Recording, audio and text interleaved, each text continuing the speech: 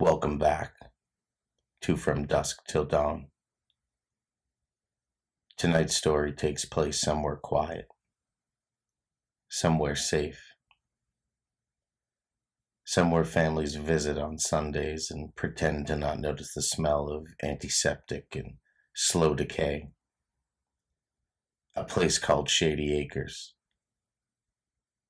where the bingo numbers are called at 6 and the lights go out at 9. And something in the walls starts moving. Not crawling, not walking, learning. From Dusk Till Dawn presents The Thing About Shady Acres. Shady Acres retirement home sat on the edge of a sleepy suburb, the kind of place where maple trees lined every street. Children rode bikes until dark, and the sign promised peaceful living for the golden years. Families smiled relieved. Inside, the pastel walls were warm, the faint smell of coffee and linens reassuring. Bingo, puzzles, naps, the usual. Room 17, the East Wing. The staff whispered its name in corners and avoided it after lights out. New nurses learned quickly. Don't knock, don't look, don't ask. Mr. Raymond Thompson, 87-year-old Vietnam-era Army sergeant, known as Ray by day. A recliner-bound relic, staring at the fish tank, tracing the blurred green eye tattoo on his arm. Words clipped, movements stiff, deliberate, unnaturally precise. Sometimes he muttered, still receiving. Lock confirmed. Nurses blamed sundowning, dementia, PTSD. But the whispers, they never stopped. Around 2:17 a.m., Mara, 3 months in on the night shift, naive enough to think the rules were suggestions, she refilled water pitchers in the dim corridor. Then the sound came. Click, click, click, pause. Click, click, click. Not random, not mechanical, deliberate, insistent. The hallway stretched, shadows clawing at the fluorescent lights overhead, which began to flicker in slow, uneven pulses. Clicks turned into code, short bursts, long holds, pauses, dot dash, dot dot dash. Urgent, imperative. Her heartbeat matched the rhythm as she reached room 17. The door was cracked open. Pale blue light spilled out, not from any bulb, not from any lamp, but from inside the room. She pushed the door open. Thompson sat upright, back to her, staring at the window. As she stepped, she squeaked her shoe on the floor.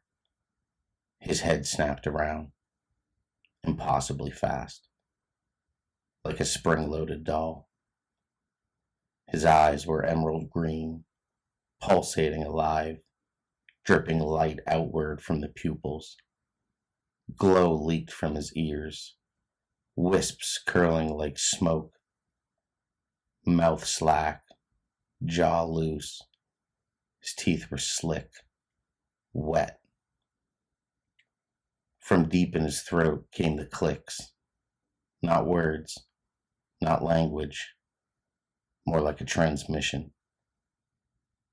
Click, click, pause, click, long click, click, click, click. The air tasted of cleaning chemicals and burnt metal. The TV was dark, the walls vibrating subtly.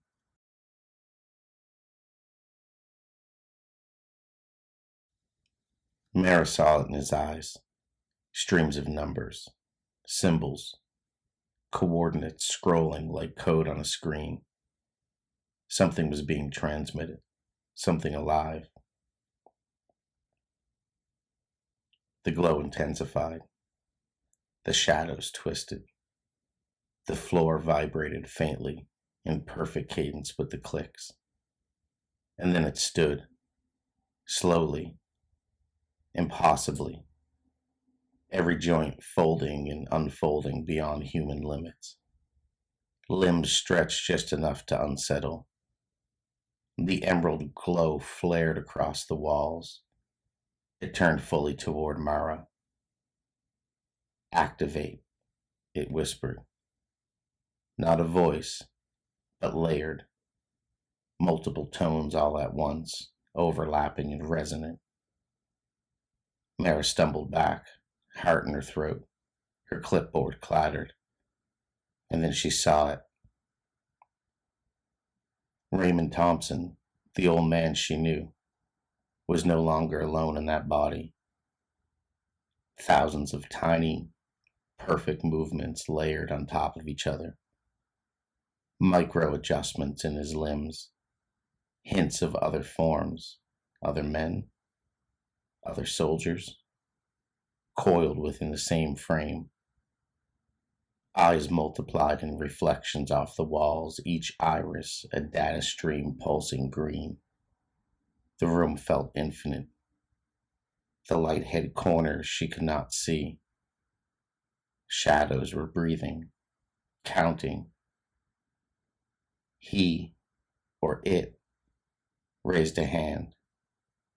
Not to touch, not to harm, but to point, to summon.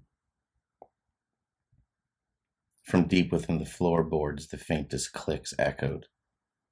From the ceiling, the lights flickered again. From somewhere in the east wing, other rooms, occupied, silent, unsuspecting.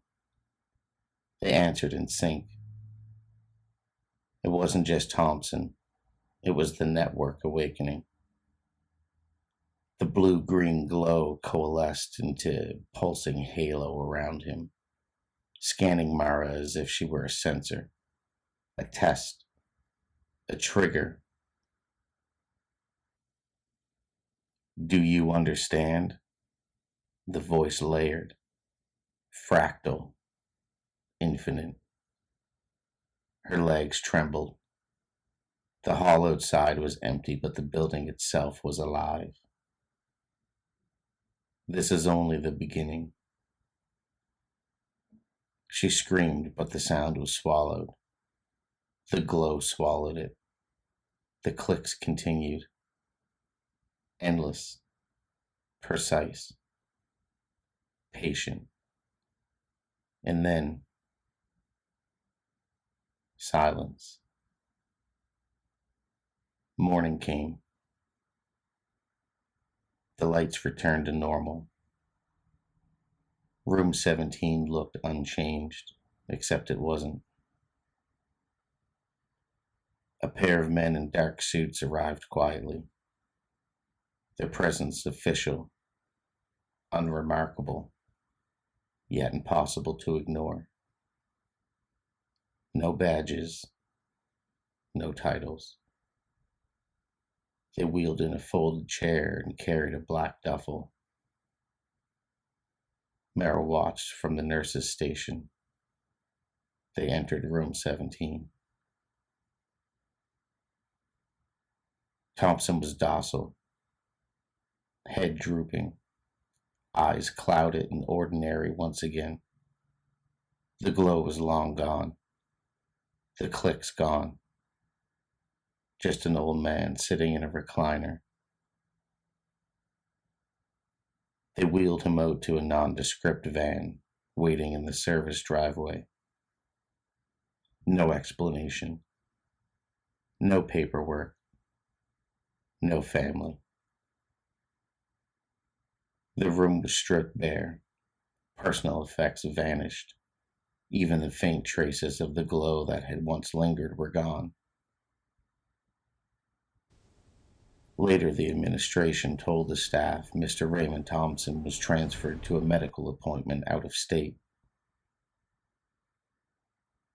But Mara couldn't forget the clicking, or the way the hallway had pulsed with green light in perfect rhythm, as though the building itself had been alive. Mara still works there, but sometimes, late at night when the lights are dim and the east wing settles, she still hears it. Click, click, click. Pause. She wonders if the network is still awake, if the other rooms are listening, and when the green light will return. The end. Morning will come. The lights will return.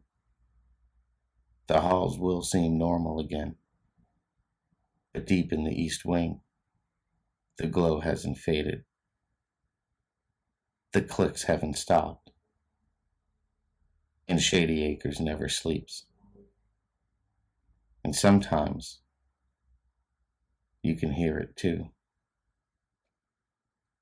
Click, click, click. Pause.